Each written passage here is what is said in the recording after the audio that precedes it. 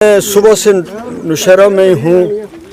मैं माइग्रेंट के जो कैंप्स हैं वो भी मैंने देखे और यहाँ पे जो नुकसान हुआ है टाउन में वो भी देखा। सबसे बड़ी बात जो है वो इन लोगों की हिम्मत और हौसला देख के मैं हैरान भी हुआ हूँ कि इतने मुश्किल वक्त में इन्होंने इतनी हौसला रखा, इतनी हिम्मत रखी।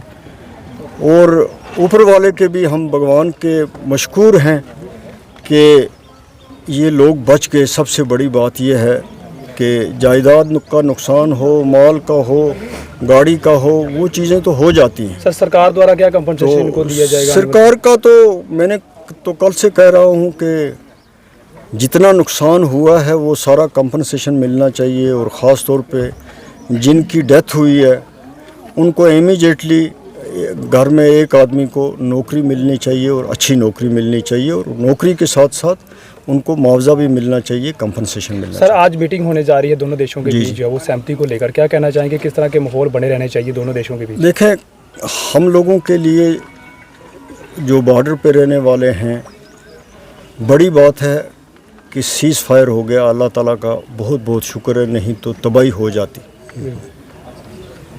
मुझे पूरा यकीन है कि ये सीज़ फायर अब कायम रहेगा और मुझे यकीन है कि आगे से अल्लाह ताला हम सब को बचाए, ऊपर वाला बचाए, आगे से हम सब महफूज रहें। सर यहाँ पे तीन ऐसे गांव हैं जो बॉर्डर की जद में आते हैं। जी जी। हमारा एक सेरी है, गगरोट है, उसके बाद बरेरी है, और जगह बंकर बने।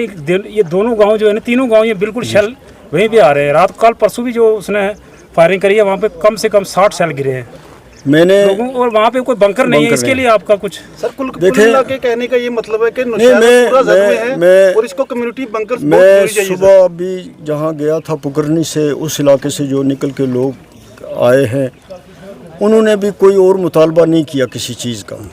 उन सब लोगों की भी ये मांग थी कि बंकर होने चाहिए। यहाँ जहाँ हम खड़े हैं इन्होंने भी गवर्नमेंट से और किसी चीज़ का नहीं कहा, ये इन्होंने भी बंकर का, मुझे भी इन्होंने यही कहा है।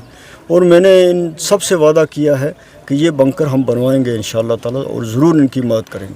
सर एक लास्ट क्वेश्चन है आपसे कि आप पार्लियामेंट इलेक्शन हो चुका है, यानी आप वहाँ पे बैठे हुए हैं। एक तो हमारी यहाँ से जो है पूरी ऑल ओवर डिस्ट्रिक्ट का सर इसका पूरा तहसील नौशहरा का कि पूरा 80% हमारा ये जो एरिया है वो उसमें LOC पे है। बिल्कुल। एक सर आप इसका मुद्दा उठाएंगे बंकर हर राशन कार्ड के उसके ऊपर एक बंकर दिया जाए।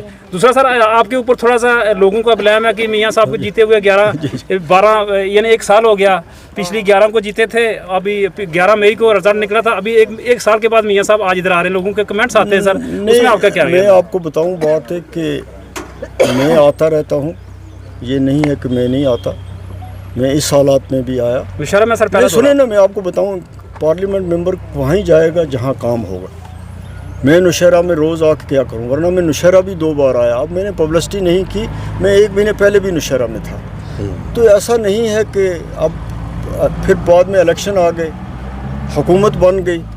अब मेन काम जो है वो आपके जो MLAs हैं उन्होंने देखना है, उन्होंने करना होता है। बड़ी चीज़ आपकी हाईवे है इससे जम्मू से रजौरी की, तो मैंने बनने के बाद पूरी कोशिश की कि ये हाईवे जो है वो ठीक हो, और आपने देखा इसमें बेहतरी हुई। मैं ये बात कॉन्फिडेंस से कह सकता हूँ कि मैंने इस सिलसिले में बड़ी मेहनत की, चाहे डिफेंस मिनिस्टर हो, चाहे DG BRO। मैंने उनको कहा कि 7 साल से ये रोड आपने खोली हुई है, यहाँ इंसान चलते हैं, तो मैं अवेलेबल रहता हूँ। बाकी मेरे से पहले भी MP आए हैं, कोई ऐसी बात नहीं कि मैं ही बना हूँ। सुने मेरी बात, मैं ही बना हूँ, मैं नहीं आया। मैं आपको बताऊँ ना बात, तो मैं जब भी अवेलेबल रहता हूँ।